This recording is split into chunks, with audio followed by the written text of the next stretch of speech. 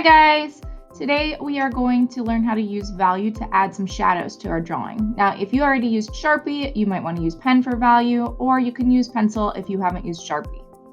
First, we're going to decide where our shadows need to go. You can see I'm putting mine underneath and kind of beside my paintbrushes. That is because in my mind, I'm thinking my light is going to be up and a little bit to the right of my paper. So my shadows would fall on the opposite side. So I am adding shadows against the bottom and side of my paintbrushes. And I am going to put my hatching lines really close together and nice and dark up against the edge of the paintbrush because that is where they would be the darkest. And I'm going to fade them out or make them spaced out a little bit farther as they go a little bit farther away from the paintbrush. I'm starting with the paintbrush that's on the top because the shadow would go right over top of the paintbrush that is underneath it.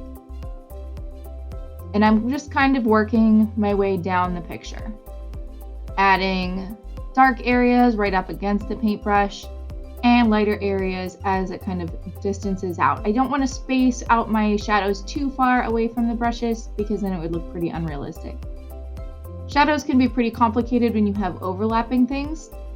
They're not always right up against the brush, but for our purpose and just figuring things out, we can put them right up against it. Now, if you have some brushes and you want to lay it out and do this from observation, that would be fine as well.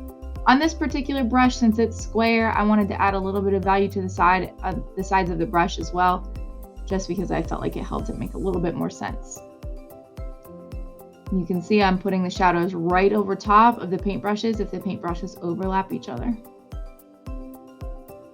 I also, when I'm doing hatching, like to keep my lines more or less in the same direction. It's not perfect, I just kind of went quickly, but that just kind of helps with kind of demonstrating the direction that the light is casting across your painting or across your picture. All right, good luck.